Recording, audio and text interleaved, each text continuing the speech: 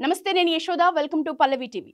Asia cup 2025 ముగిసి 3 రోజులైనా కూడా final వేడి మాత్రం ఇంకా తగ్గలేదు. ట్రోఫీని ఇవ్వకుండా తన వద్దే పెట్టుకున్న ACC chairman, PCB chief Mohsin Naqvi ఇప్పుడు సోషల్ మీడియాలో హాట్ టాపిక్ గా మారిపోయారు.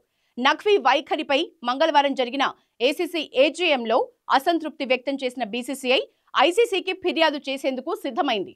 ఈ నేపథ్యంలో నఖ్వీ వెనక్కి తగ్గారు. ఏసీసీ భేటీలో బీసీసీఐకి క్షమాపణలు చెప్పారు. అయితే పీసీబీ చీఫ్ మోసిన్ నఖ్వీ బీసీసీఐకి క్షమాపణలు చెప్పినా ట్రోఫీ, మెడల్స్ ని అందించేందుకు మాత్రం నిరాకరించారు. ట్రోఫీ అండ్ మెడల్స్ ని బీసీసీఐకి ఇవ్వకూడదని నఖ్వీ మొండిగా ఉన్నట్లు తెలుస్తోంది.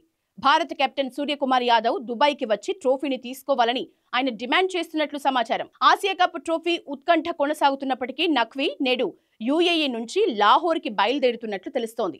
మరి ఈ విషయంలో ఐసీసీ జోక్యం చేసుకుని ఏ కొలిక్కి తీసుకొస్తుందో వేచి చూడాలి. అయితే గత ఆదివారం జరిగిన ఆసియా కప్ ఫైనల్లో పాక్ పై భారత్ గెలిచింది.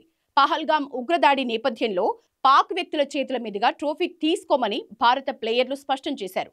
దాంతో ఫైనల్ అనంతరం నాటకీయ పరిణామాలు చోటు చేసుకున్నాయి. ఫైనల్ వేడుక గంటకు పైగా ఆలస్యమైంది. PCB chief Mohsin Naqvi trophy ఇచ్చేందుకు చాలాసేపు వేదికపై నిలబడి ఉన్నాడు.